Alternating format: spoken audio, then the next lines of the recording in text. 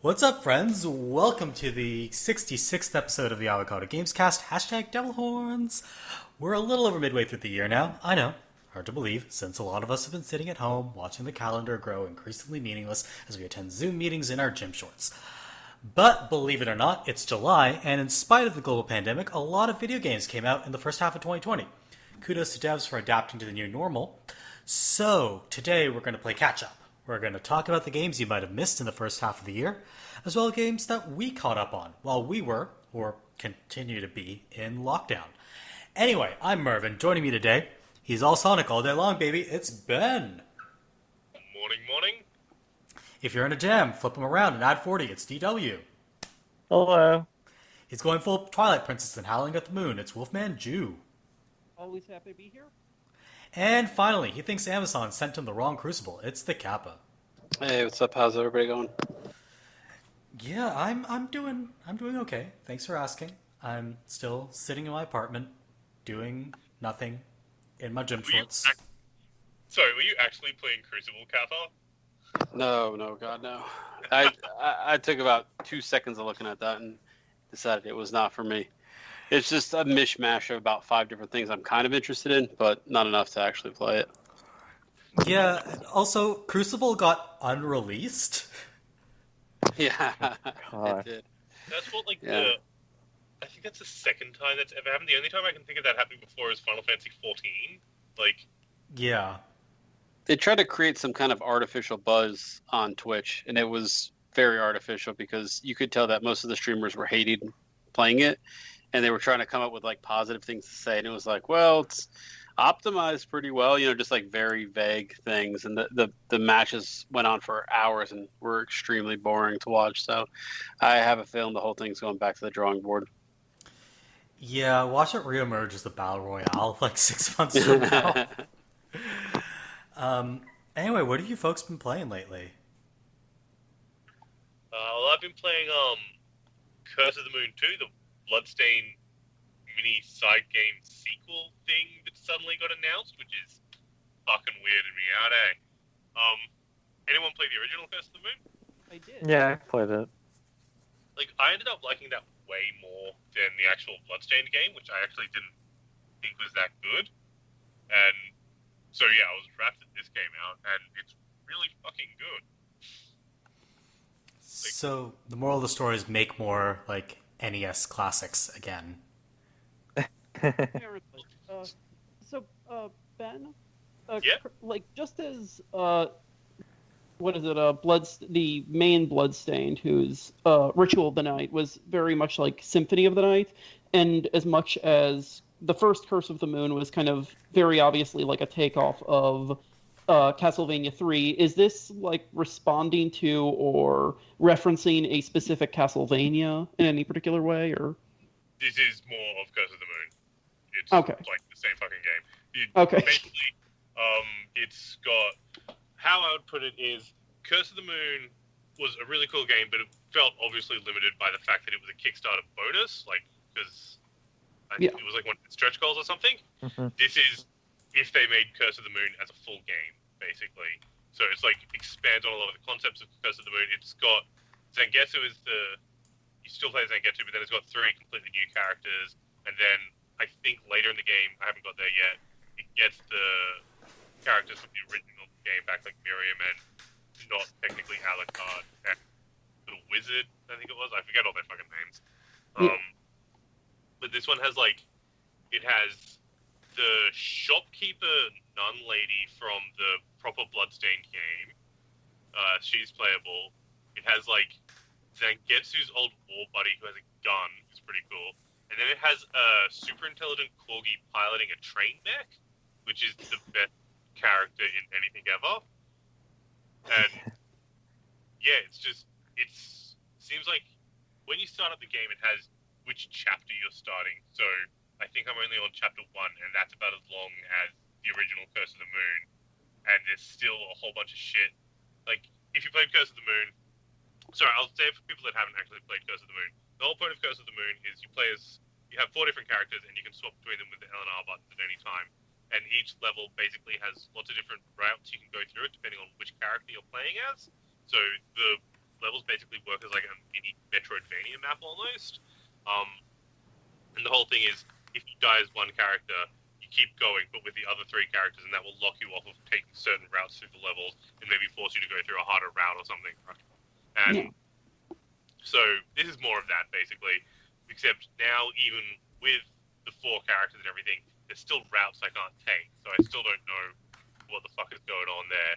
And I'm at the boss, which was the final boss of the first game, and I'm still in chapter 1, so I don't actually know what the fuck's going to happen, but there was so much shit going on in that Curse of the Moon. Like, you could play through the game and collect all 4 characters, or you could kill the other characters and just power up the one dude, and all that kind of shit. And so, yeah, honestly, there's still a lot of stuff I don't actually know what the fuck's going to go on with this game, but I'm really, really loving it, and if you like the first Curse of the Moon, it's great.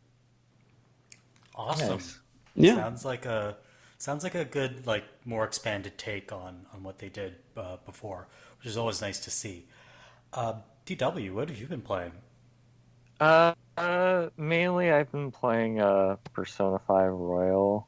I'm on the Okumura arc, which is like the halfway point of this game. Yeah, it's been a fun time. The Okumura arc is widely regarded as, like, you know, not the best part of the game, but I feel like it's, I guess, more digestible with all, like, the new content, and I guess with Royal's additions. So that's the been space nice. station dungeon in Yeah. the original game. Yes. The factory. Yeah. Yeah. The factory space station with the weird glyph puzzles involving Greek letters. Yes. Yeah. Okay. Yeah. Wait, there's space in Persona? What? Oh yeah. So the Persona 5, basically, like, the dungeons are all basically like the main bosses or main antagonists, kind of like mind puzzles. Like, they're basically based out of things that the main antagonists find empowering or So it's comforting. like Psychonauts. It is Psychonauts, but just with that kind of, like, weird anime sheen. Yeah. And, like, a lot of them are kind of, like, fairly normal and understandable. There's a castle and there's a museum, and then by the 5th one, it's just a giant factory, because the bad guy for that story is, like, he's obsessed with things like productivity and exploiting people's labor. So his mind is this giant, like, science fiction space factory. Oh, yeah, of course. Yeah. Yeah. I mean, It's aesthetically it makes sense. It's just that dungeon, at least in the original Persona 5, had the worst gameplay, at least according to me. Most people hated the ship dungeon more. I just like the factory more, so I'm with you on that. Yeah. Um, I just started, so I don't know how, like, different it is, but yeah, it's a weird part of the game. I'll just say that. Yeah. Did they make any changes to the other dungeons? I'm curious. Or are they largely intact? Mostly they're largely intact. There's a few different, I guess, like, alternate paths where you can use this grappling hook, which is like this very context heavy mechanic where it's like you'll see a wave point and then you can use the grappling hook, and it'll usually take you to these different, like, locations. Like, there's these things called will seeds, which are basically like these gems that you collect throughout the dungeon that restore your magic and /SP, and if you get all 3 of them, you can make an accessory and mementos. So yeah, so that's usually the main, like, addition to the dungeons. Other than that, it's, like, mostly, like, just the regular base game, but, like, I guess a little streamlined. Like, the bosses are different in a way. They're less complicated. I have a question that isn't necessarily important for the game structure, but I have to know.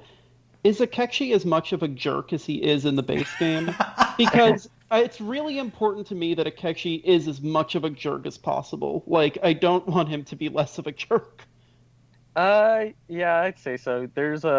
He has a zone confidant route, which is basically like him and Joker trying to one-up each other, like playing the arcade games or like playing pool, and Akechi will be like, oh, I'm left-handed, but I used my right hand and I still beat you, and you're like, wow. And Okay. yeah, So it's a little different than the confidant route in the original Persona 5, where you just like sit next to each other drinking coffee, I think, and then Yeah. all you could do is like just select the rudest response possible.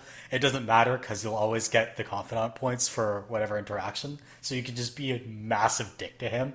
It's great. yeah, Ben, for in Kappa, for context, one of the more low-key like supporting characters and antagonists in Persona 5 is a character named Goro Akechi. He's a dear God, he's a teenage detective who like he's a high school student who's also not just a detective but a celebrity detective, and he's basically been Fucking put. Christ. It's basically he's honestly like he's not like in the sense that not in the sense that he's like a magical serial killer who's talking to a demon, but he is a lot like Light from Death Note in the combination of like arrogance and kind of myopia.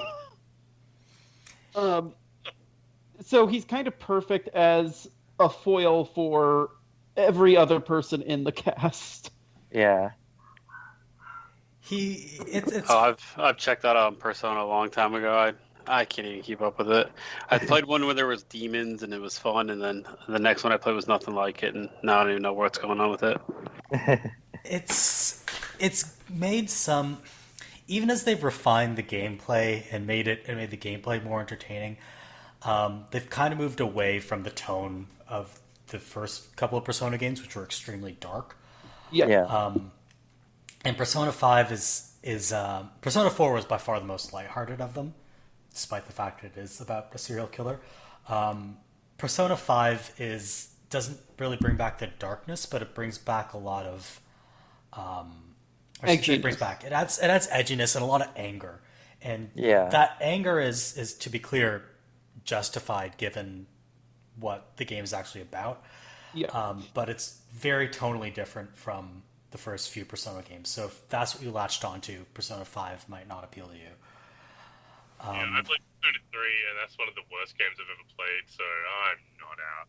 Like, Yeah. it's seriously not for me. Yeah. Yeah, I would not want to go back and play Persona 3 after having played Persona 5, just based on how they've changed the gameplay and made it more accessible and streamlined. So, Wolfman, what have you been playing?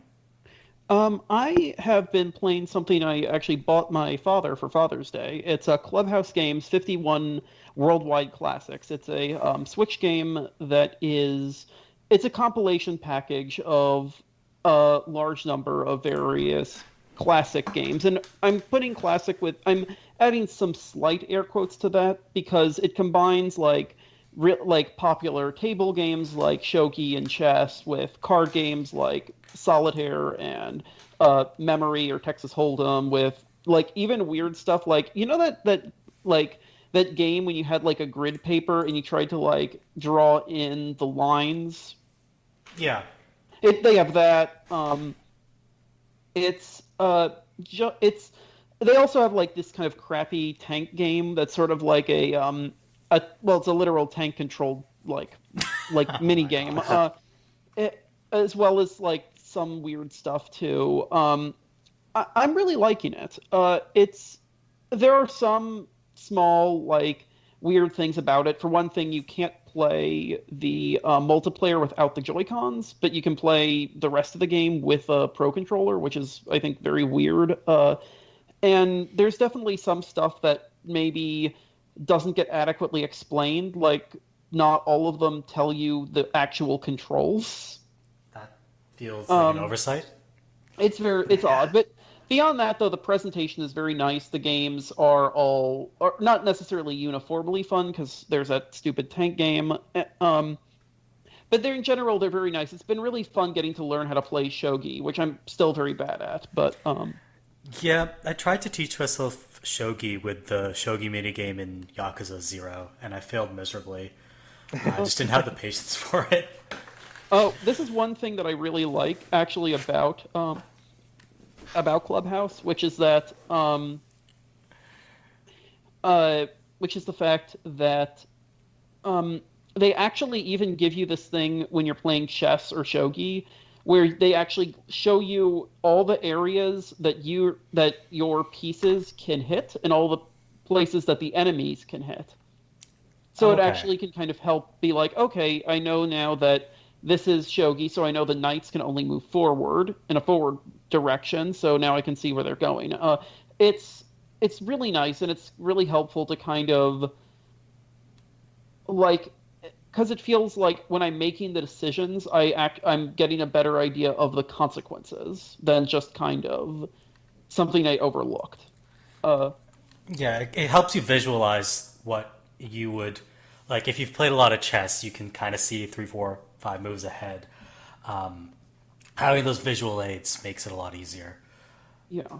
Um, it's also just nice, like tonally, because I've also been playing Dark Souls 3 for the past month, and while I've been having a lot of fun, I'm near the end of the game, and I'm really just struggling to just fight the last few bosses. It's been honestly just kind of a huge pain, and so it's nice like kind of going to this where it's easier but also still difficult because it took me like 20 hours to beat the highest level difficulty on Spider Solitaire. Ah, And so you've put in a lot of time into this game. It seems. it's like just little moments when I'm like right before I go to bed, I'll just spend like 15 minutes playing Spider Solitaire, and then I'll realize it's been 2 hours and I still haven't won. Are you secretly my mum and you haven't mentioned it? I don't know. It's It quite depends on possible. what. It depends on whether your mom uses the Irithel straight sword or has just prefers using halberds. I will have to message her and find out. I'm not sure, sorry. So what's your favorite minigame in? I shouldn't say minigame. Favorite game in the collection? Um, the fact that I finally beat Spider Solitaire means I kind of want that to be the one that's my favorite. But I'm really you know what? No, it's billiards. It's the billiards game. It's really fun, and I even if it's made me realize that I don't actually think most of the ways to play billiards makes any sense. Um, It's but nice to just have that available, like the virtual billiards table, since we can't yeah, go out and play real billiards right now. Yeah. So that's Clubhouse Games. yeah. Kappa, what have you been playing? This one hurts. Finally, since it's free on Game Pass, I've been playing Fallout 76. Oh Ooh. no. The Great Betrayer. It is. It's still awful. I thought it would come around and be good. It is not good. I am here to report. Um, Oh it no. it throws so many things at you out of the gate, right? Like it's a game that's well into its cycle now. It's got 50 million different currencies, some premium, some real, some fake, some as far as money. Um, Oh, dear God, it, it's Andromeda. It's Mass Effect Andromeda. Oh no, it's no. it's 1,000 times worse. The way I think they kind of got around a lot of stuff is by doing the premium service, I guess, where you pay money to have a private server with you and your friends. But I mean, everything about that game feels like a funnel to get you to spend real money. And it's very disappointing. Even logging in Game Pass, they throw the atoms at you at a pretty good clip. But I would definitely liken it to a mobile game where they're getting you a drip of steady 10, 15, 20 atoms in order to get you to see, well, I could just buy 500 more and get this 1,500 pack if I really wanted to. So they have It's atoms and bottle caps, or what? Oh, atoms are like the real world currency. Bottle caps are very, very sparse in game. I probably played for about 5 hours and have maybe 200, which isn't enough to even really buy a weapon. So Um, you use atoms to buy bottle. So you use dollars to buy atoms to buy bottle well, you caps. Am don't I? even like they sell literally everything for real money. From like God. themes for building your city, your camp, to emotes, to icons for your player, for weapon skins, armor skins, everything. I mean, the shop itself is atrocious. I mean, it really is. And I mean, I'm not particularly hard on content that's microtransaction based and stuff like that. But this game just feels like a microtransaction delivery service at times. One of the things I really enjoyed about Fallout 4 the most was building your city up, and things like that. This game has the camp system, but the camp itself is really just designed to be another funnel for you to spend money. There was very few things that I could do in camp that I couldn't do in a city proper. Your crafting benches, things like that. I could only build like very simple wooden looking structures. If I wanted wallpaper or to, give it a diner theme or a space theme or something, I had to spend actual real money. It was a huge disappointment. It's the most dead bear game I've ever played in my life. Just wandering around, seeing nobody, talking to nobody. I got to my first town and there was literally 2 NPCs in it, and one was a dog. So this was after having added NPCs to the game. Yeah, I mean they're God. there, but they're not good. The best way I could, like, one guy. So I found my first town. I'm wandering around. There's one named person who's kind of the equivalent of like the quest giver, right? The other quest giver is just from a terminal, like literally a terminal that you interact with. And then there's a lot of generic people named like Treasure Hunter or like things like that.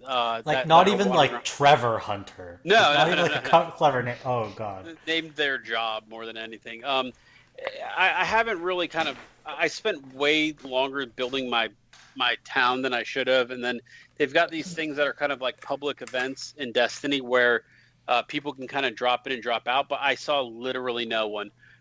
No other players, nobody came in. The servers crashed about 10 times. A real mess. I'm disappointed even knowing what I was going in getting. Just kind of was feeling that Fallout Jones, and when I jumped into this, strong recommendation. Yeah, absolutely not. Stay clear, and I didn't pay for it. It was free on Game Pass, and I regret even downloading it. Even the temporary read-write space on my hard drive wasn't worth it. Now your hard drive is tainted. Yeah. But I mean, I've heard some stuff like, oh, it's gotten better, but it's probably gotten better for people who've stuck with it from the beginning. As an entry point, it does one of those things where it's throwing 500 different types of currencies, and you feel that pinch of, if I don't really get into this and spend real money, I'm just going to always be the guy who has a boring looking wooden building house. And that's about it, so. Oh no. Not a fan. Yeah, I don't see myself playing it much longer. I've also was playing it with my kid, who was just literally sitting there like, go get a gun, go do something. I'm like, I can't. I don't know how. Like, I've got this like awfully shitty pipe pistol for like half the game, and then like a board with some nails in it. Just the worst experience you can have. It's a good teaching moment for your kid. Not all video games are good, son. Yeah. Exactly.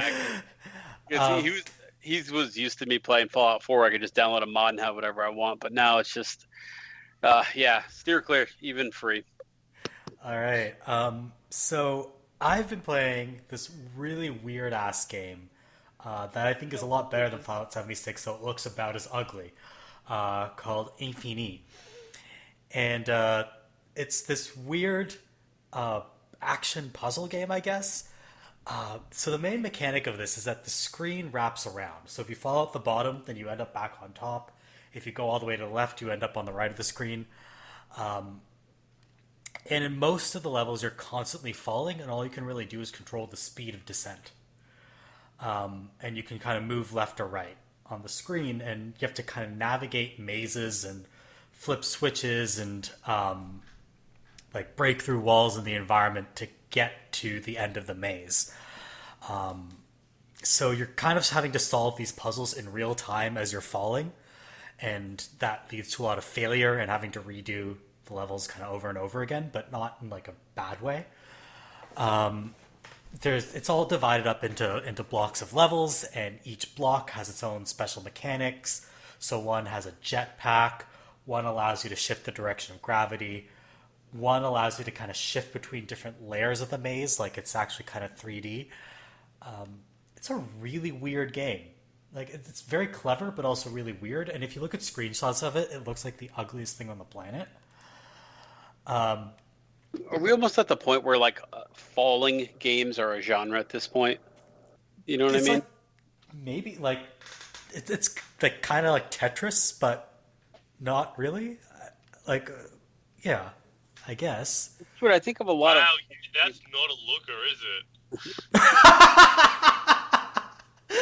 You looked it up. Okay, great. Oh yeah. It's purposely Yeah. ugly.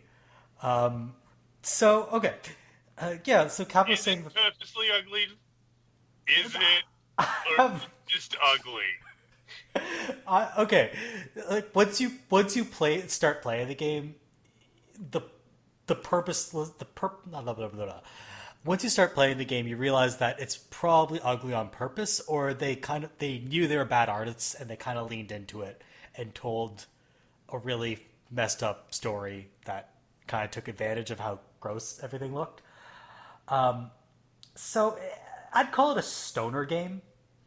In that, okay, so they're games like they're made for stoners. Like, I don't know if you guys have played Jazz Punk, that old comedy game by Adult Swim. Then this is like a kind of the flip side of that, which is a game made by stoners. Like, I would not be surprised if the studio that made this was like high as fuck while they're making it. And they're Montreal based. I know everyone. I've lived in Montreal. Everybody there's high as fuck all the time. So it's totally believable. Anyway, I've enjoyed this so far, despite the fact that it is, to use Ben's words, not a looker. It's a great, as Kappa would say, falling game, and it's a great puzzle game. Do you remember? Check it out. The one I was thinking of. Do you remember? A Reckless Oh, yeah. Disregard for Gravity. Yeah, I was thinking like after that there seemed to be like a weird little trio of or like 3 or 4 games that came out around that time that were basically like that puzzly falling, doing things as you're doing other things with that weightless sense. There's another game that was like I can't remember what it was called. It was a very like chill game where like you kind of glide through circles and stuff as you're slowly descending.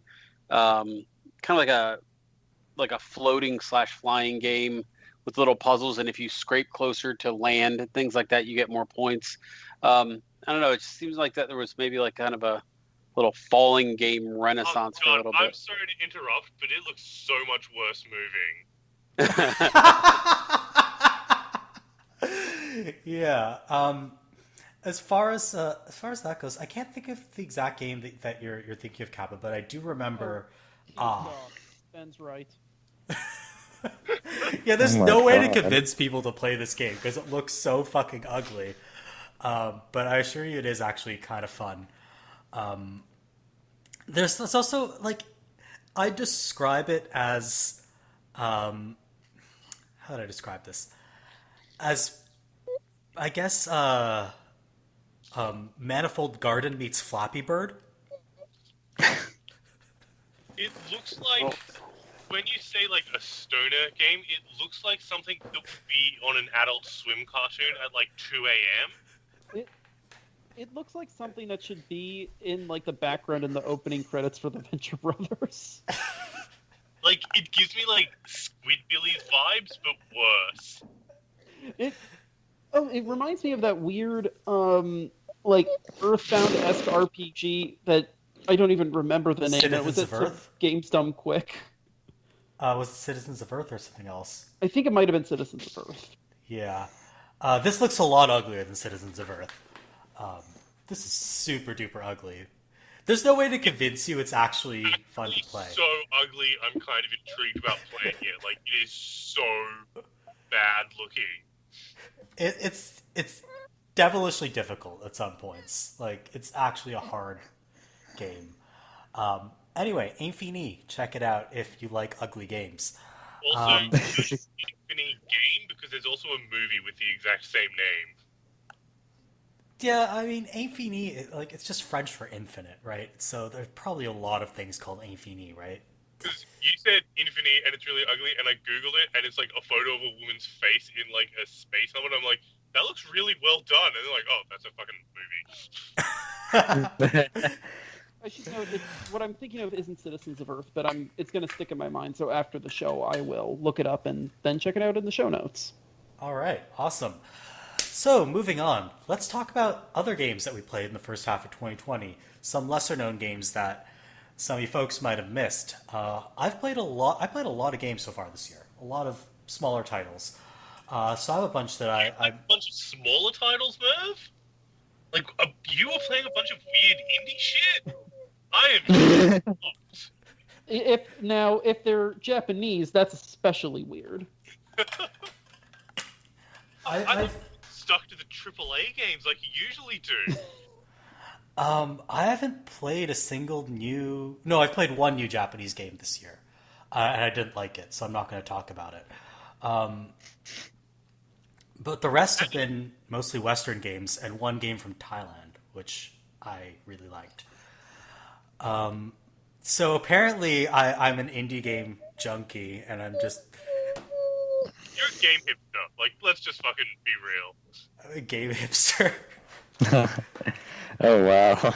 Like you're telling the guy who pre-ordered Ghost of Tsushima and Paper Mario, a game hipster.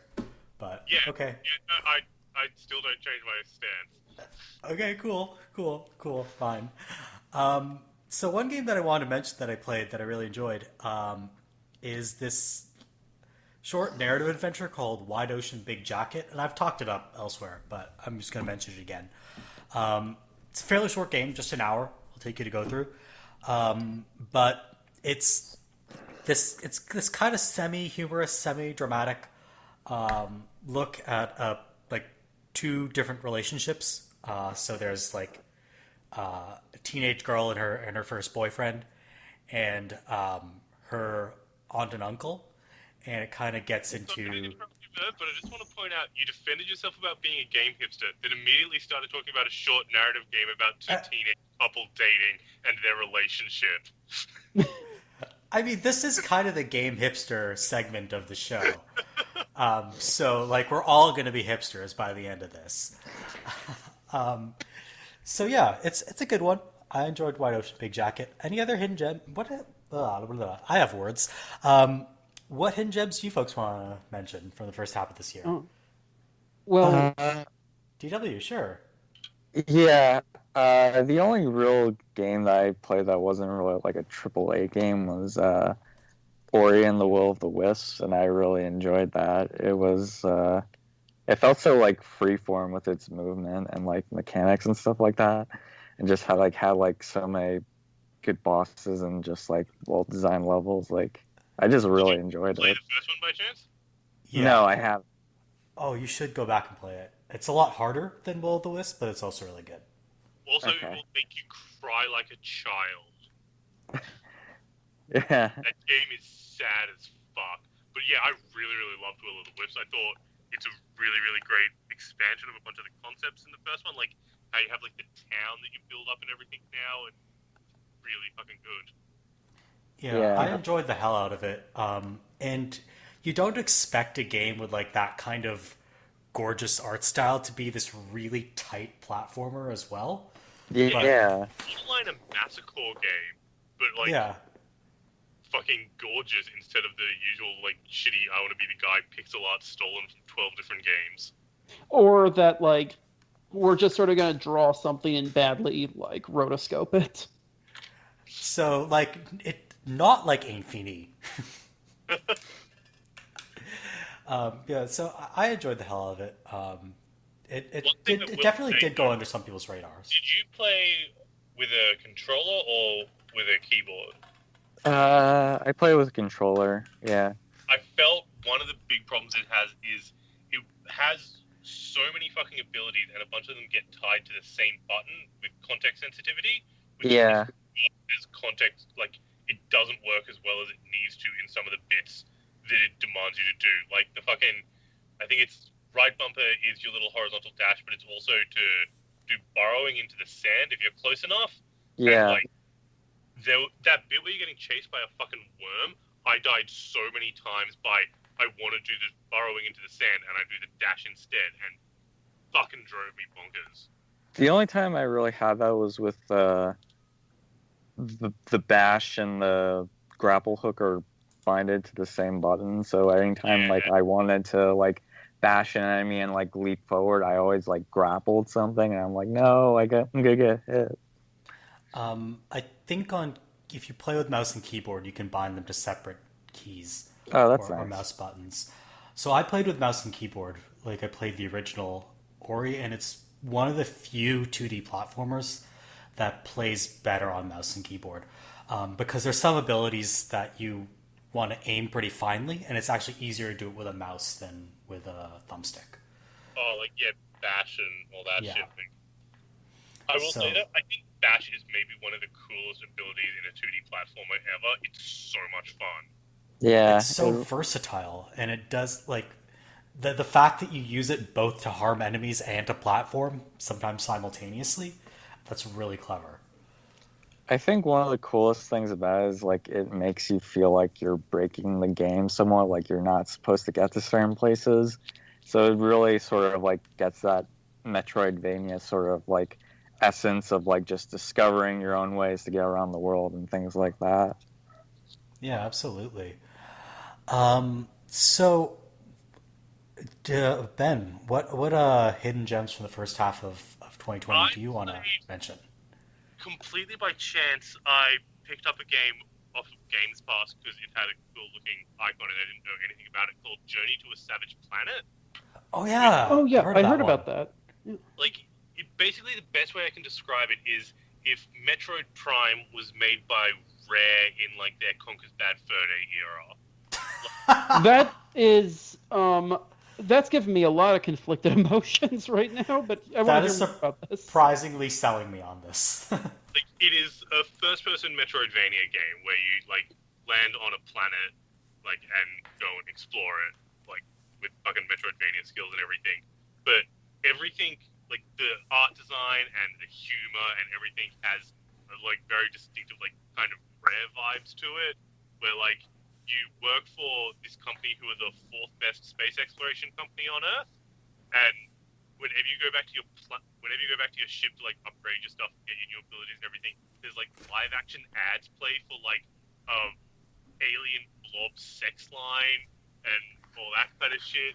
You have like this AI controller, like AI companion thing, kind of like a Cortana from Halo 2, who like when you upgrade tells you, like when you upgrade your health, tells you how all your organs have now been replaced by rock hard space tumors, so you're harder to kill.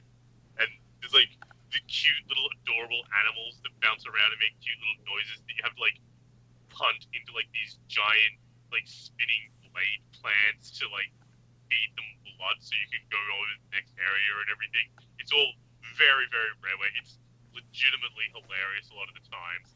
And it's also just got that like really good sense of like Metroidvania first person exploration stuff. And just it's like going into it with absolutely no context, no idea anything about this game, and just like, fuck, it's really, really good. I love when that happens, when you just like pick up a game that you've barely heard anything about and it turns out to be great. That always makes me happy. Yeah. Yeah, this is a contender for my game of the year so far. Oh wow. That's high praise because like my game of the year so far is Ori. So like that's really good. Kappa, what hidden gems have you played so far this year? I'm like the opposite of a video game hipster. I'm like so mainstream. This one I guess maybe a little bit cheating because the actual game came out a while ago, but I've really been getting into 2 Point Hospital again. 2 Points Hospital. It's spiritual / actual successor to Theme Hospital. I kind of came and went. I don't think many people talked about it. I didn't hear any kind of rumbling about it, but it hit consoles, and I was just kind of casually clicking around. I saw it, bought it, and it basically took up me and my kids' whole week. Still got that light humor that Theme Hospital had. Lots of funny diseases and stuff like that. Very silly.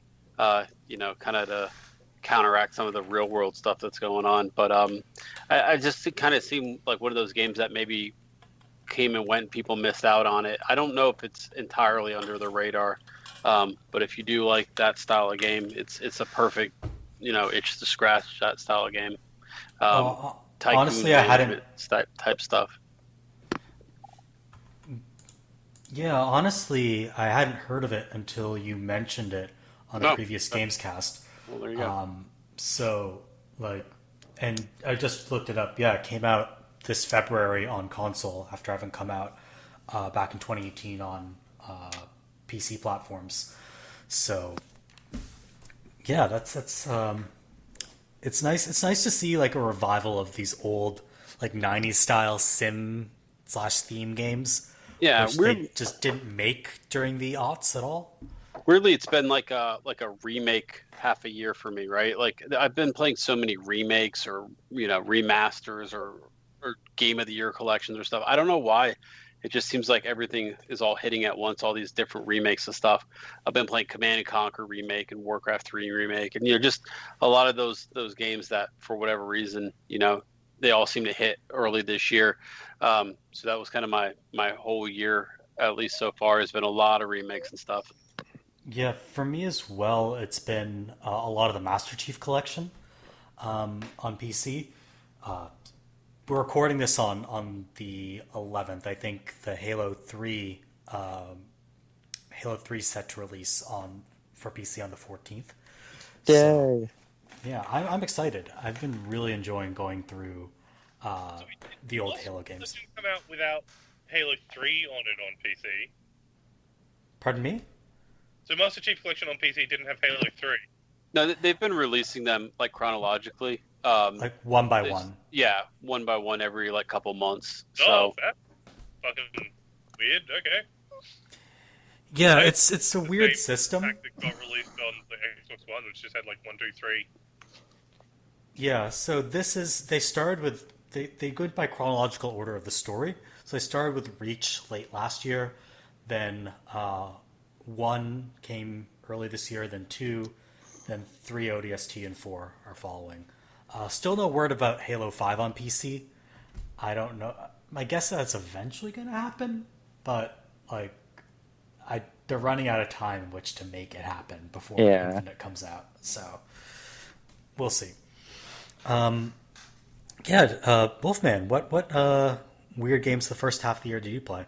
Unfortunately, Merv, you have me at a bit of a disadvantage because while I have been playing, because I've only been playing about 3 games that debuted this year, and 2 of them were Final Fantasy VII Remake, which I like, and Animal Crossing New Horizons, which I love, and neither of those really count for this discussion, and that leaves me to unfortunately have to talk about the indie game that I played, or the 2020, the first indie game of 2020 I've played, which is unfortunately a game you and I have talked about, The Unfortunate Murder by Numbers, a crossover of an Ace Attorney-esque visual novel murder mystery series and Picross, and it does poorly by both.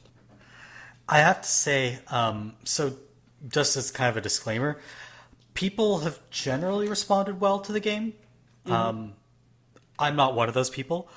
And I will also say personally, I loved the first 2 chapters of the game.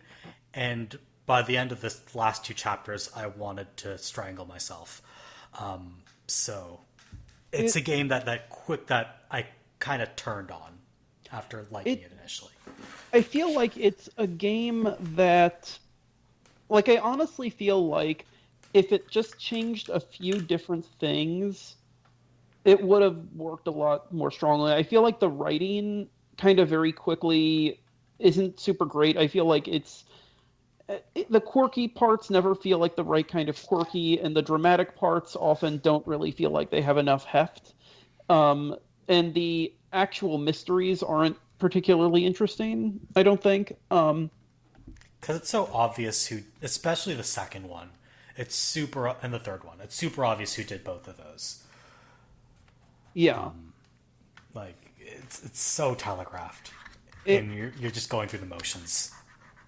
Yeah, I think one of the things that I think, say, Ace Attorney does pretty well is that even when it's kind of obvious who the killer is, like, it's still, everyone still has something they're hiding, so there's just kind of inherent drama in that that's not as satisfying.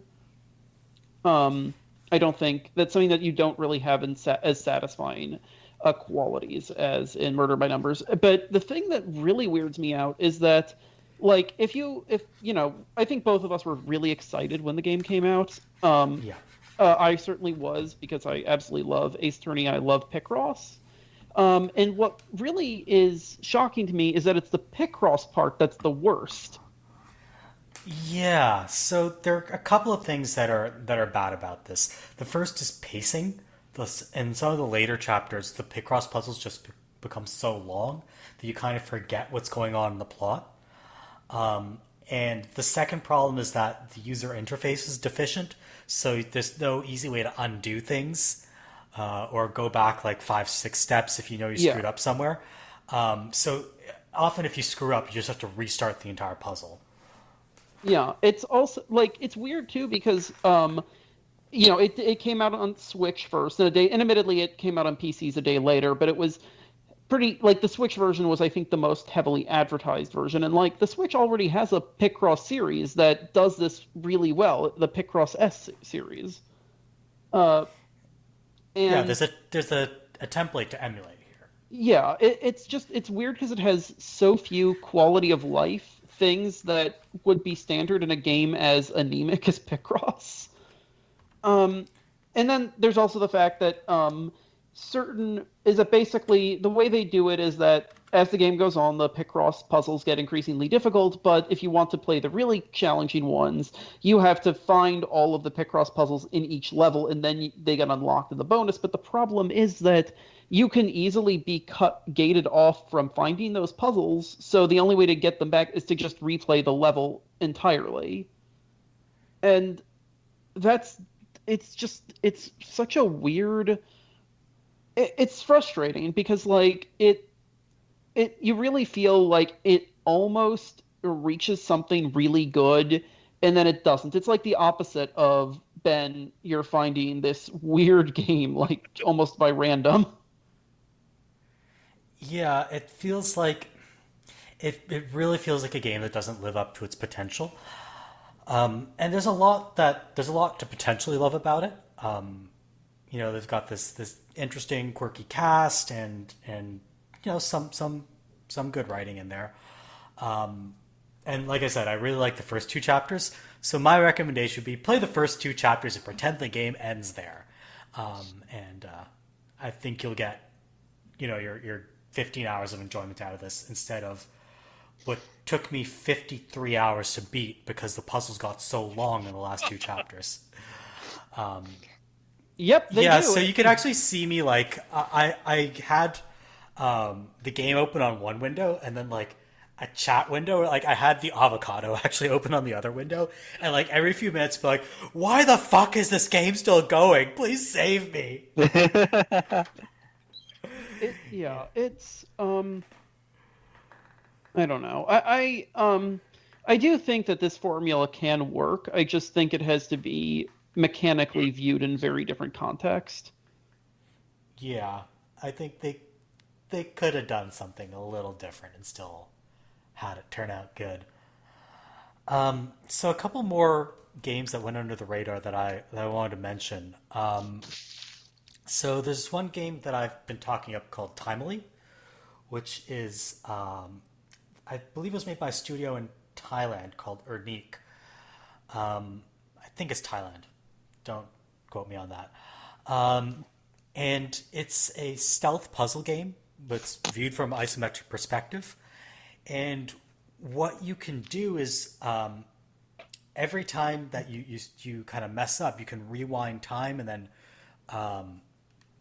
So Prince of back Persia. to. Sorry. So Prince of Persia.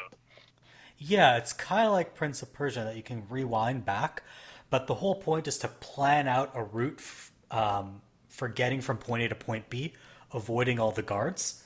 And so once you've planned out that route in full, by going forward and backward in time, then what the game does is it plays your route, and you can see kind of like your cleverness being executed. Oh, so it's kind of like fucking Katana Zero. I know you've talked about Katana Zero. I just forget. Katana Zero was like it's a one-hit kill game, and every time you like die, you get rewound to the beginning of the level, and then have to basically until you like do it like 100 times until you can do the level perfectly, and then you get a quick playthrough of just you absolutely destroying the level like that one perfect time. Yeah, it's sort of like that, except for you are free to fast forward and rewind as you wish. There's no restriction on that power whatsoever. So, yeah, if you get caught, you just rewind back 3 seconds instead of having to re-plan your route right from the start. It's a Thai studio, by the way. It is a Thai studio. Great. So, yeah, I highly recommend it. It has some of the cleverest puzzle design I've seen in years. So, if you're in the market for a puzzle game, check it out. And finally, I wanted to mention a game called Golf with Your Friends, which I don't think is super under the radar, but came out this year, and it's a pretty good mini golf simulator. You can play multiplayer with your friends, as the title suggests. I've been playing it with some of my Meat Space friends, and they've really been enjoying it. So, this is not the game I thought it was.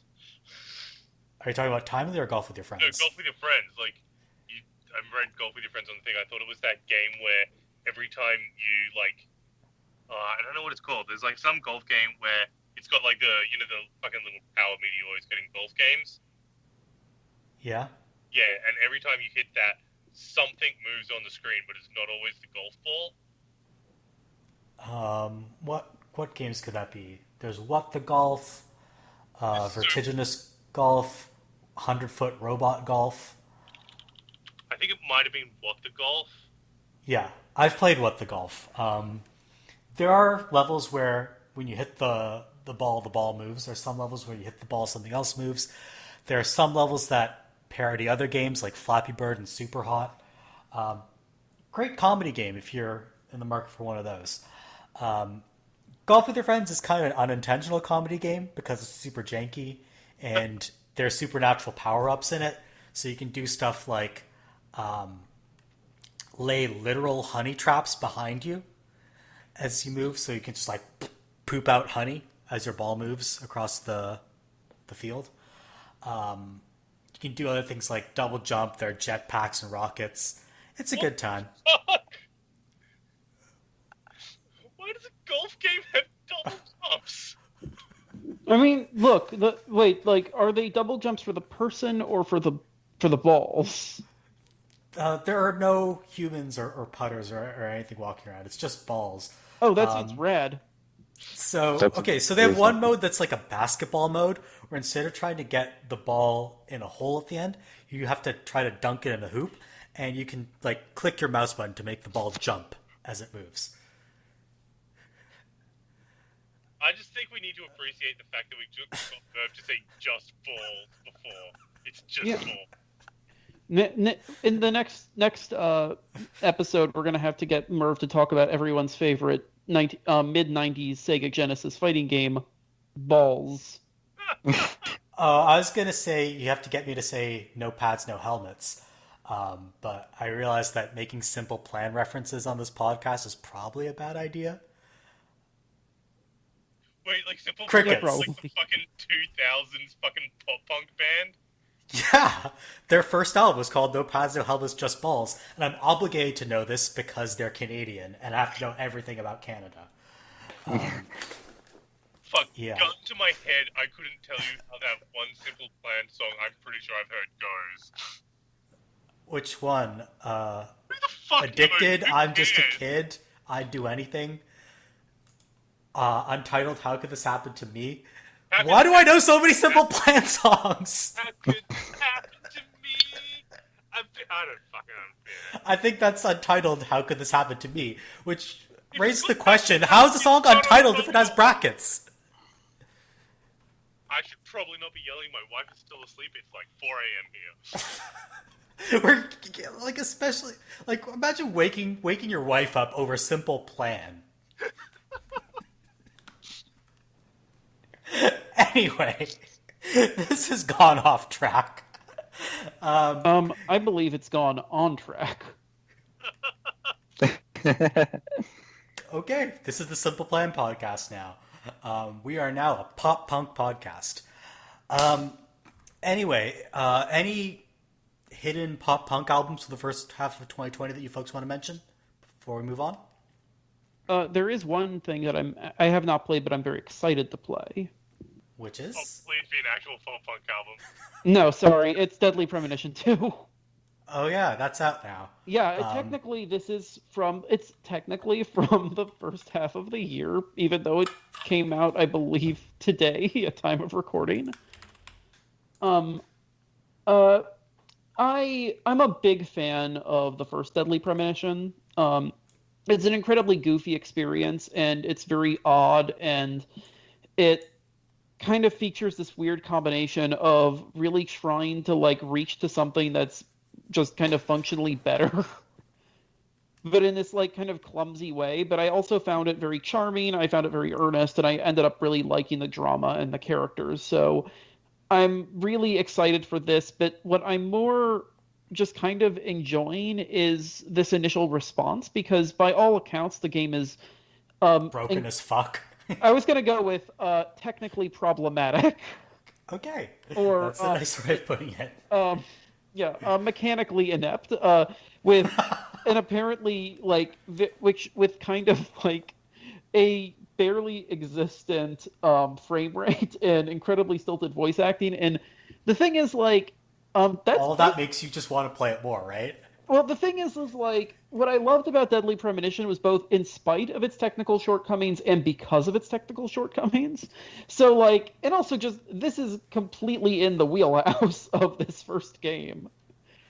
Right. So it's Yeah. just kind of fascinating because this version is releasing as a timed exclusive on Nintendo Switch. The first game was released for Switch a few months ago, but the original game was originally only for Xbox 360, and then it got a PlayStation port and then a PC port. So it's kind of been fascinating to me watching an entirely new audience of people kind of coming to grips with and struggling with like this, just how incredibly weird and goofy and stilted these games are.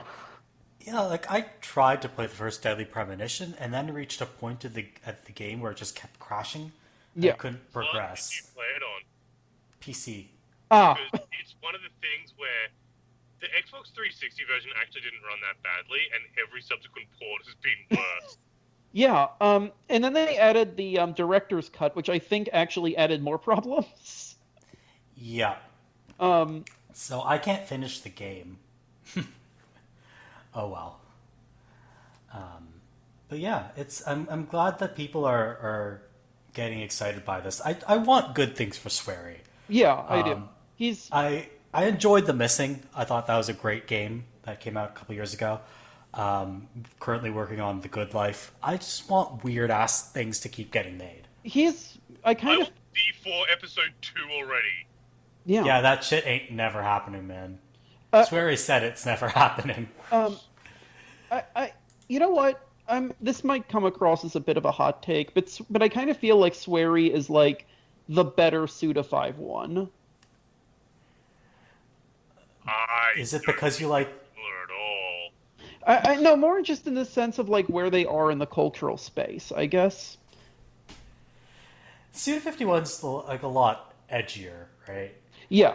And more in the idea of like these sort of kind of Although, have you seen Swery's fucking tattoos?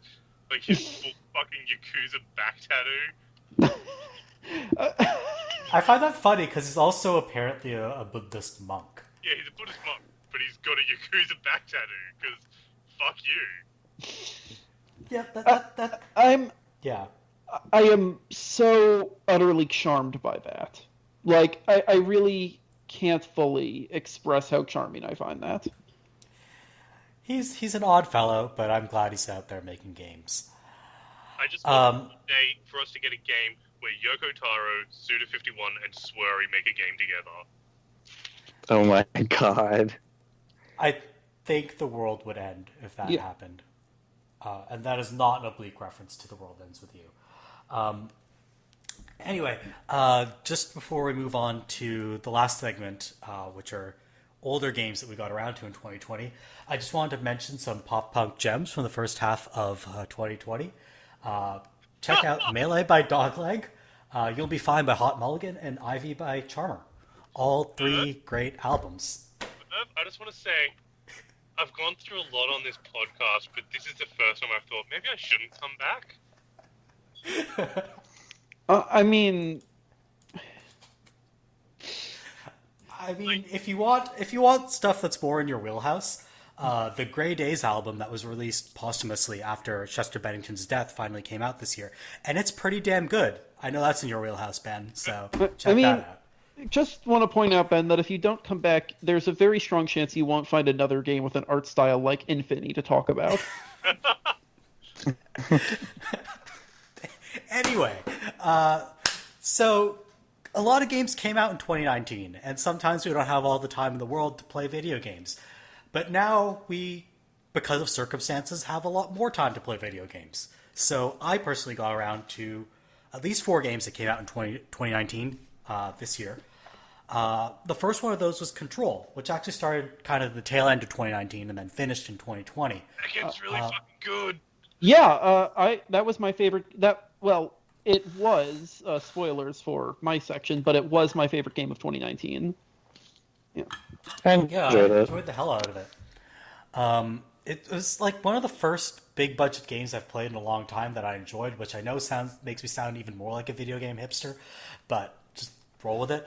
What I really appreciate about what it does is that it took a lot of bits and pieces from other games that I really liked and then threw them all in a blender, and what came out was a delicious smoothie of stuff that I really liked.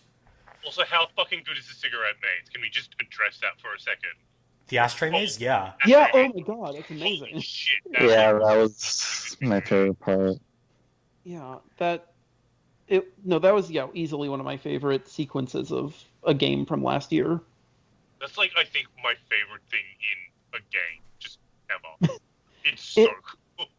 It's like a kind of really perfect way to translate like a lot of its stylistic inspirations into a setting that doesn't necessarily work for them. Like, I don't want to see a Twin Peaks action game, but this is basically about as close as you'd come to like an action scene at the Black Lodge, but in a way that actually works.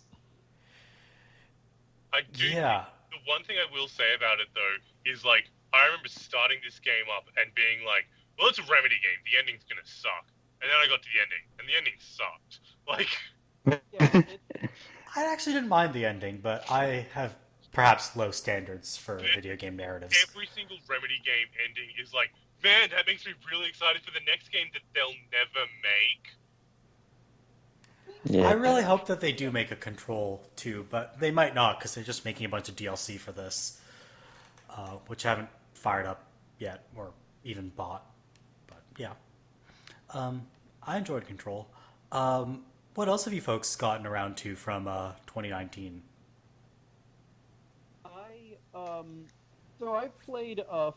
I've so far played 4 games from 2019. 2 of them I kind of bounced off of: Outer Wilds because it made me physically sick, Death Stranding because it also kind of made me physically sick, albeit to a lesser extent, and I do want to go back to it.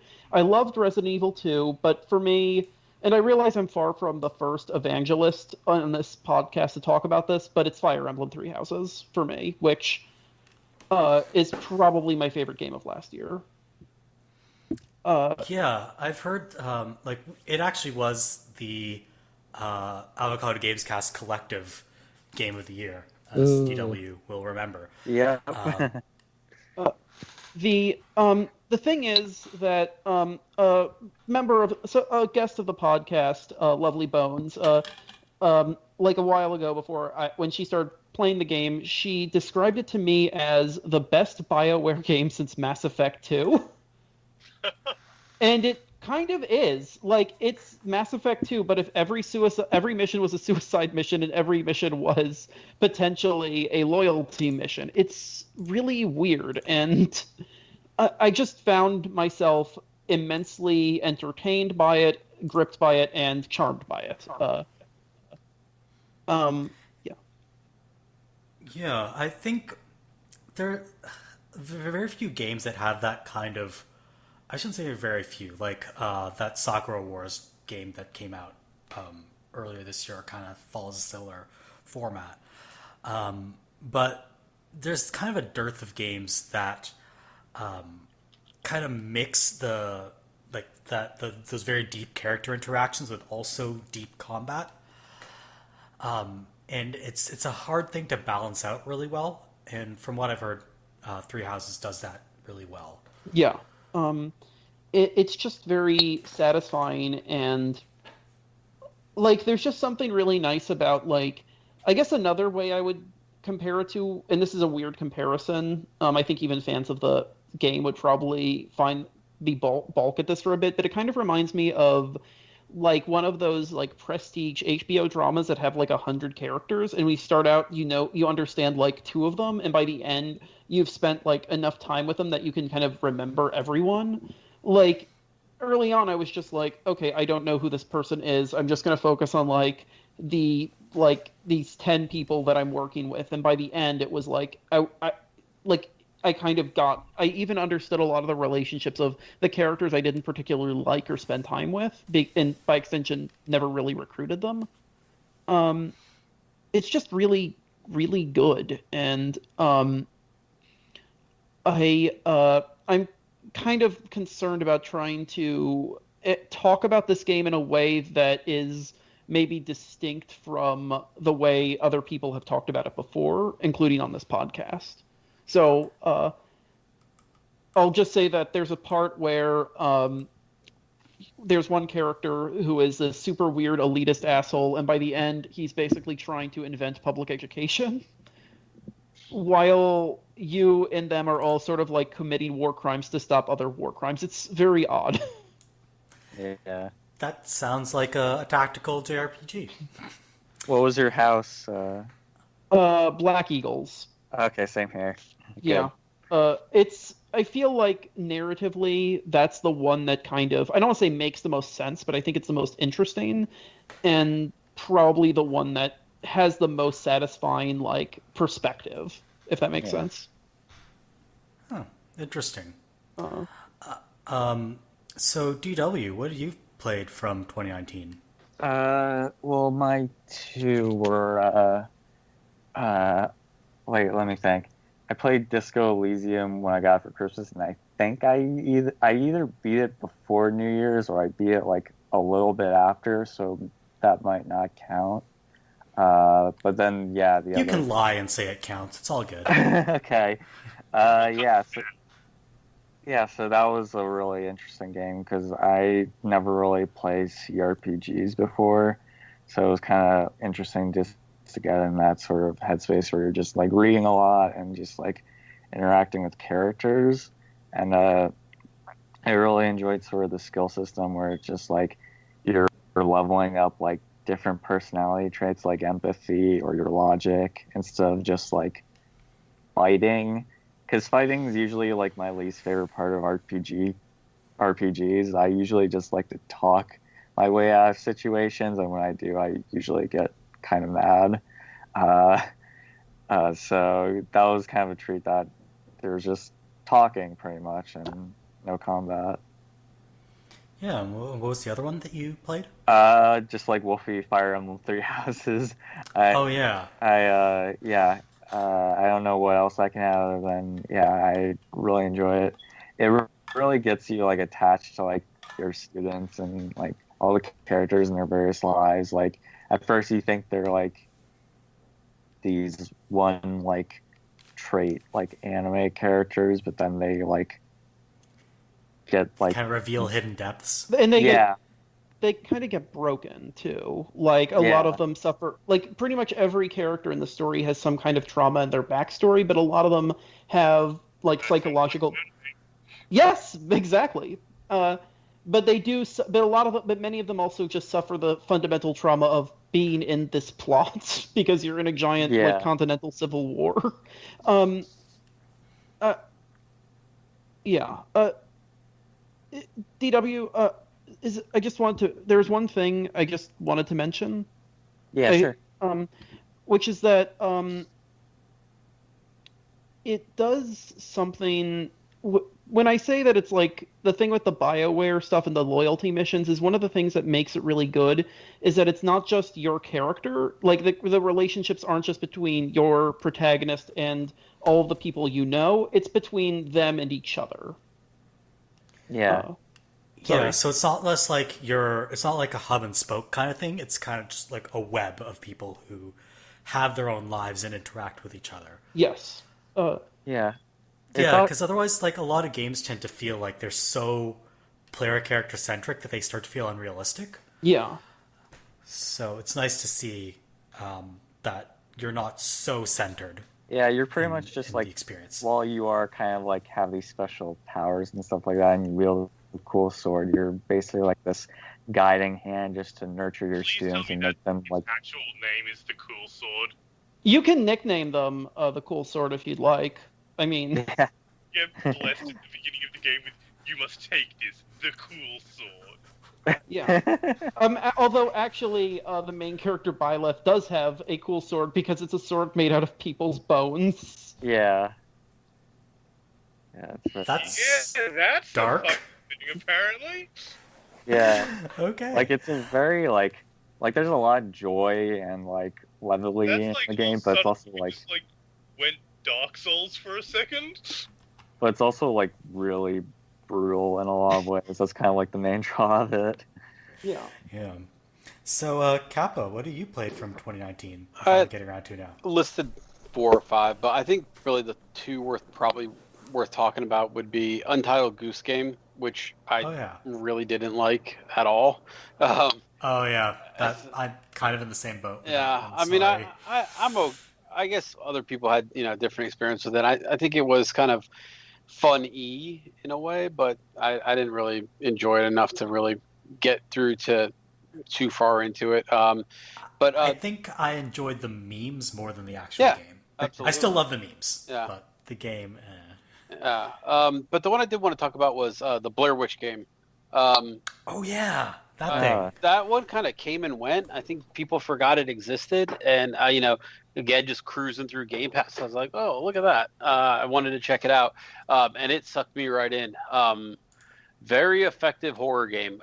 The guys who did it are not, novices in the horror genre, and it seems weird that this one with a, kind of a background in a game or in a very iconic horror setting, kind of seemed like it slipped out there.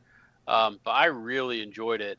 Very effective, scary game. It does something really interesting with a horror game that I think it just makes the atmosphere and setting scary. It doesn't have to rely on, ghosts or zombies or, anything else to really scare you. Just the woods at night feels scary, which is a cool way to kind of go out and explore the game. The dog is maybe not the best mechanic. It feels a little bit, I don't know, like 70% there.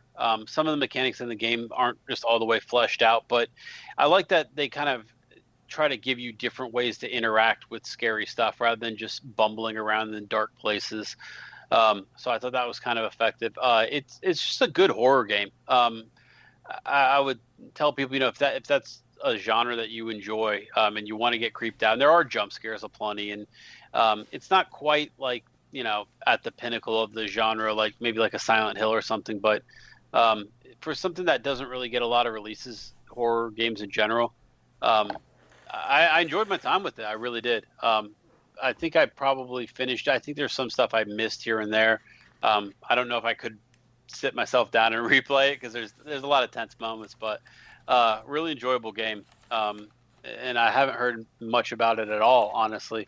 Yeah. I heard a lot of people talking about it, and it just kind of disappeared from the zeitgeist. Yeah. And I had never heard anything negative about it, really. So I was wondering why it didn't get a lot of praise after. I think it was an Xbox exclusive. That might be a big part of it. But I don't think it is now anymore. I think it probably got a couple of different releases. But what I would say, I think, I think Blair Witch was one of those of its time things. I think maybe for our generation ish, that was a really like pivotal horror movie, right? Like there was that kind of weird, was this real? Did this really happen? And did people find it? And seeing the movie, it was kind of a lot of weirdness. I don't think that we'd seen before, that found footage. Yeah. What the hell was that ending type thing going on? It was the kind of movie that like you almost had to dare people to go see. So I think if you kind of grew up with that Blair Witch in your background, that the game walks through some of that lore and mythos pretty interestingly. And the game has its own tale to tell, but it feels really effective as a horror game. So I think that was one that I actually did enjoy. And it kind of lived up to some very minor hype, but I did enjoy my time with it. Yeah, it's always good to kind of go back and play a game that had kind of minor hype around it and find something you really enjoyed. So that for me was the Somnium Files, which came out I think last August or September, and I played it this spring. And I thought it'd be just kind of another VN puzzle game, not super great or anything, but I ended up really gripped by the story it was trying to tell. It's one of the few games I've played where I've been genuinely shocked by all the twists, but they all kind of made logical sense in retrospect. So I would highly recommend it if you're into that genre of like twisty visual novels. But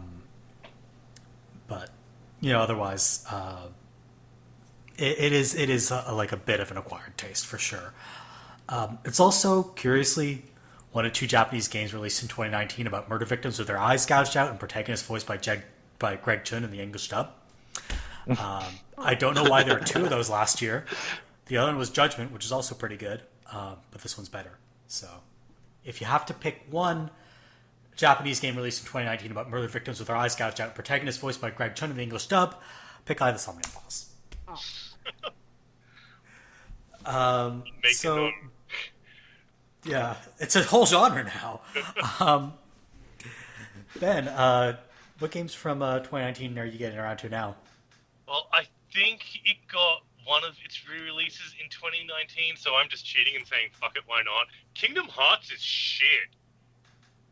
Like, my head has flown off, good sir. I decided, fuck it. But there is this dude on Twitter called The Amazing Thu. He did a really good tweet thread about playing through Kingdom Hearts 2 that convinced me, fuck it, I'm going to grab that collection. I'll start at the first game, play through them. Oh my god, they're so bad. Like, so I played Kingdom Hearts 1. Kingdom Hearts 1 is a fucking trash fire of a game. How the hell did this become a franchise? The combat is awful. The level designs are awful. The acting is awful. Like, everyone's, like, it's one of those things where, like, oh, this acting is really impressive with the PS2, but boy, that fucking A is bad. Like, and the combat has a thing where the combat is really focused on looking cool at the expense of actually playing any good at all. So you lock onto a character, like when you hit X or triangle, whatever the fuck the attack button is, you automatically lock onto the closest character and like do like a rush towards it and everything, which means like half the levels the enemies are like off a cliff, so your character just automatically locks onto an enemy, flies off the cliff and kills himself, and like, oh cool, so I'm doing fucking Hollow Bastion, falling off a cliff every 10 minutes, falling down to the very bottom of the level, having to go all the way back up, fucking get it, and then I got up to a bit where I fucking... You're talking about the Tarzan level, right? Because that happens a lot in the Tarzan level. Oh, fuck the Tarzan level. Yeah. Oh my god, that's maybe the worst level in a video game I've ever played. Tarzan level goes for anyone that hasn't played Kingdom Hearts. You start at the treetops, you go down to the camp, then the people at the camp are like, hey, go back to the treetops, so you go back to the treetops. People at the treetops are like, go back to the camp, so you go back to the camp. And you do that 7 fucking times until fucking the hunter arrives on a giant chameleon for some reason. Like, where was that in the fucking movie? Wait. But no, now you've got to fight a giant chameleon, and apparently it's like full of darkness or some shit. Fuck this game. So anyway, I beat Chinobog, and then got up to a bit where it's like, oh, cool, now we're going to make you run a gauntlet. It takes like 20 minutes to get to the end of it for this fucking door to fall apart, where you have to kill all these stupid enemies. But the combat sucks, remember? So you're just doing this shit. I did that for like 40 minutes. I tried it about like 4 times, and I'm just like, fuck it. I watched the end of the game on YouTube. Then I started the next one. Why are these all so bad? Which one are you on right now? Okay, I'm about halfway through Kingdom Hearts 2, which is one of the most absurd games I've ever played. It's slightly better than the first one. It's not an awful game this time. It's perfectly playable. But the thing, how wonderful! yeah, like that's high praise. Like this game isn't driving me insane. But the thing that gets me about Kingdom Hearts 2 is it is the most absurdly expensive game I've ever played. Everything about this game is fucking money. If you haven't played the Kingdom Hearts games, which don't, there is a thing where in the bottom left-hand corner there is always a menu which you choose like from your attack, your like items and all that kind of shit, like an RPG menu but within that action game like aesthetic and everything. Every single different place you go to in Kingdom Hearts 2 completely redesigns that menu with a new aesthetic. There is an area in Twilight Town's the first place, right? Yeah. Where you go into a mansion, every different room changes the fucking menu. Like, there must be like 50 menu designs they've done for this game. There is so much money in this game. There is how the combat system works in this game is instead of just leveling up and your like numbers get bigger and everything, you get new abilities and your moves look cooler. Like everything gets reanimated as you go, which is insane on the start. Like there is a reason this game, like you look at the credits, this game has like 100 animators working on it. Like, but then you go to the Lion King world where you turn into a lion and you hold your fucking key sword in your mouth and every single thing you can do is completely reanimated again for being a lion. Like, Yep. an absurd amount of animation to do, and then they just redid it all again. Except then you go to fucking the Little Mermaid level and turn into a mermaid, and it's all done again. Like, Except for there's no combat in the KH2 Little Mermaid level. oh, But there is in the KH1. Oh, okay. I must be getting confused. But anyway. I mean, wait. I'm sorry. I just not need to interject for a second. So No, interject away. I rambled for a while. no, I want to hear you ramble more, but specifically, so there's a level like where there's no combat in a game that's about combat. Oh no! It turns into a rhythm game. Oh fuck Yeah. About the Kingdom Hearts 2 fucking Little Mermaid level. So, Kingdom Hearts 2, the Little Mermaid level is a rhythm game. It's a rhythm game based in a Disney musical. It does not have the music from the Disney musical. It instead has some fucking awful song. Like, oh, I can't even remember how it goes. It's just, like, it's fucking the Little Mermaid! It Jesus actually does have Christ. Little Mermaid songs. You go through several levels. I think a couple are originals, and the rest are Little Mermaid songs. Plus, Why did they start with the shit one then? I don't Put know your why. best foot forward. Also, okay, Yeah. Merve, you might be able to answer this question to me. Does the rhythm game stop sucking after a point? Because they made a really bad rhythm game. No, but it's super easy, so... Oh, Yeah. yeah. better. Like, it's a rhythm game with one button. You just hit X. You just wait a second and hit X. And then you wait. That's the only rhythm game I've played worse than this is one in Dante's Inferno, which has no music to go with it, which is a whole different thing. But Okay, that has some other questions. I guess maybe they got their vengeance for not having for having some original music by the uninterrupted 4-minute "Let It Go" sequence in Kingdom Hearts 3. Honestly, that was not such a terrible sequence. So I'm going to mention, I just finished Kingdom Hearts 3 is it bad? earlier this week. So here's what I'm going to say about it. About 60% of this game is really great. And 40% of it made me want to die inside. It's a thin line. Yeah. Yeah. So it's a game that's way less than the sum of its parts.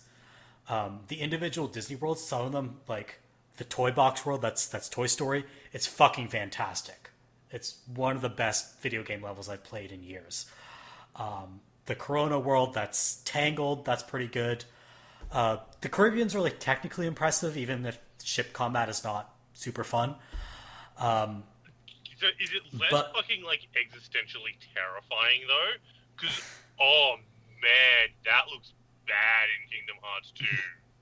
It's like, oh shit, we're gonna try and fucking get this like to be photorealistic on a PS2, so everyone just looks awful. It looks, I would say, aesthetically a little bit conflicted, but it looks pretty good. Did they at least get any of the voice actors back this time? Because it's really because if you haven't played Kingdom Hearts, they get like 90% of the voice actors back, but the ones they don't, like it really stands out. They get most of the voice actors back. Obviously, they can't get Johnny Depp and Orlando Bloom for Many reasons. for Yeah. many reasons. They have decent sound alikes for them. The most notable is that they can't get, because tragically Christopher Lee and Leonard Nimoy passed away, they couldn't get them back for Kingdom Hearts 3. So the guy who plays Xehanort in Kingdom Hearts 3 sounds nothing like Leonard Nimoy and is absolutely terrible. Well, didn't he have a different voice actor in Kingdom Hearts 1 to Kingdom Hearts 2 anyway? This is a different Xehanort. Yeah, there's like The fact that I have to say that sentence tells you how fucked up the series is. Anyway, I didn't even get into the story, and let me tell you, there are some fucking problems there. okay. So all I'm gonna say is about Kingdom Hearts 3 and the story is that, let's say you are someone who's really invested in the story and you've been invested since 2002, since Kingdom Hearts came out. I can see being livid at the ending of Kingdom Hearts 3. Me, I only have like a year of investment in this, so I was just like, oh, whatever. It's kind of a sucky ending. But if you had been playing the series since 2002 and got to the ending of Kingdom Hearts 3, like, I can legitimately see, like, yeeting your controller at your screen. my But don't worry, we get more story in the fucking rhythm game. yeah. It's not the end yet. My understanding had been that Kingdom Hearts creative head, for lack of a better term, Tetsuya Nomura had basically envisioned a trilogy of trilogies, which is completely unrelated to all the other side games that also have incredible bearing on the plots. Yeah, I mean, So like- the ending cliffhanger cutscene is going to be resolved in Melody of Memory. Yeah, I know. I meant Kingdom it's Hearts stupid. 4 in 20 years. Yeah, maybe. I don't know. I don't really care about the plot. I play this for the weird mashup of Disney nonsense and JRPG nonsense. And, you know, some of the games in the series, like Dream Drop Distance, gave that to me really well. Some of the other games in the series, like Rechain of Memories, were so terrible that I stopped playing halfway through. So it's a real roller coaster of a series. Anyway, enough about Kingdom Hearts. Because it seems like we always fucking talk about this series on this podcast. It's Kingdom Hearts or too. it's Sonic. There, here's your requisite Sonic comment. God, fuck both. Okay. Anyway, I will fight you, Merve. fuck everything, man. The last thing I wanted to mention is I played Life is Strange 2, which started coming out in 2018, and the last episodes came out in 2019. I didn't get around to it until 2020. So, fittingly, the last episode of the series, for political statement reasons, is set on Independence Day. And just by complete coincidence, I finished the game on Independence Day. Oh wow. Yeah. So it's a little bit of a weird experience to hear like fireworks going off outside my apartment and playing a game where you end, like, spoilers, plug your ears if you don't want spoilers. You end the game like confronting FBI and ICE. yeah, a little bit of a Wow. a Holy little crap. bit of a strange contrast there. So yeah, I would say I really enjoyed it. I don't think it's as good as the first Life is Strange, mainly for gameplay reasons. I think Life is Strange 1 had more interesting puzzle elements to it, but I think story wise, telling kind of a more vital and interesting and more timely story. So yeah, I'd recommend it. Nice. Any other games from 2019 that you folks want to talk about before we call this to a close? I guess Resident Evil 2 rules. Oh yeah, Yeah. the Retumake. Yes, I'm interested in RE3, but I played 2 right before it came out, so I kind of want to hold off on it. But I really liked it. I've only played the Leon story, and I had to cut the difficulty down to the easy mode because I'll be honest, it was kind of a little too anxiety invoking. But even Yeah. but it's just really good. I love the gameplay loop. I like the fact that, and I was thinking about this last night, is that so Mr. X, the main baddie for a lot of the game, he's not really scary. He's intimidating, but he's not scary, and his gimmick is that he will sometimes appear as the plot demands it, but other times he will randomly appear searching for you. And it made me realize that every time you see him, you feel like it's the worst time, even when it's not the worst time at all, because you're just packing heat and you're doing really well. It's a really good way at making it feel like just kind of twisting, tightening the noose just slightly. Yeah, just kind of ratcheting up the tension a little bit. Yeah. Like, oh shit, I have to deal with this guy again. Yeah. Especially with his loud footsteps or just clunk, clunk, clunk that just you hear all over the police station. It's very nerve-wracking. It sounds like he wears cleats, which makes me assume that in his past life, the tyrant we call Mr. X was a soccer player. I can imagine that. I really want a crossover now between Resident Evil and Captain Tsubasa. Yeah. I don't know how it would work, but I'm down for zombie soccer. Yes. All right. On that lovely note of anime zombie soccer, I think we're going to call this to a close. Thank you to Wolfman Jew, DW, Ben, and the Kappa for joining me today. And if you'd like to keep up to date with the podcast, you can follow us on our website at avocadogamescast.wordpress.com. And there we post each episode along with a link dump that fact checks some of the stuff we say on here. You can also subscribe to us on iTunes. Just search for Avocado Gamescast. I think iTunes is Apple Podcasts now. I don't fucking know what they're doing. I think so. Who really knows? Life is confusing. Also, make sure you check out the community that spawned this podcast, The Avocado, at the-avocado.org.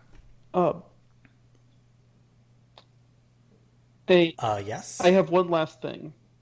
Sure. And this is for you and DW and Kappa, but especially it's for you, Ben.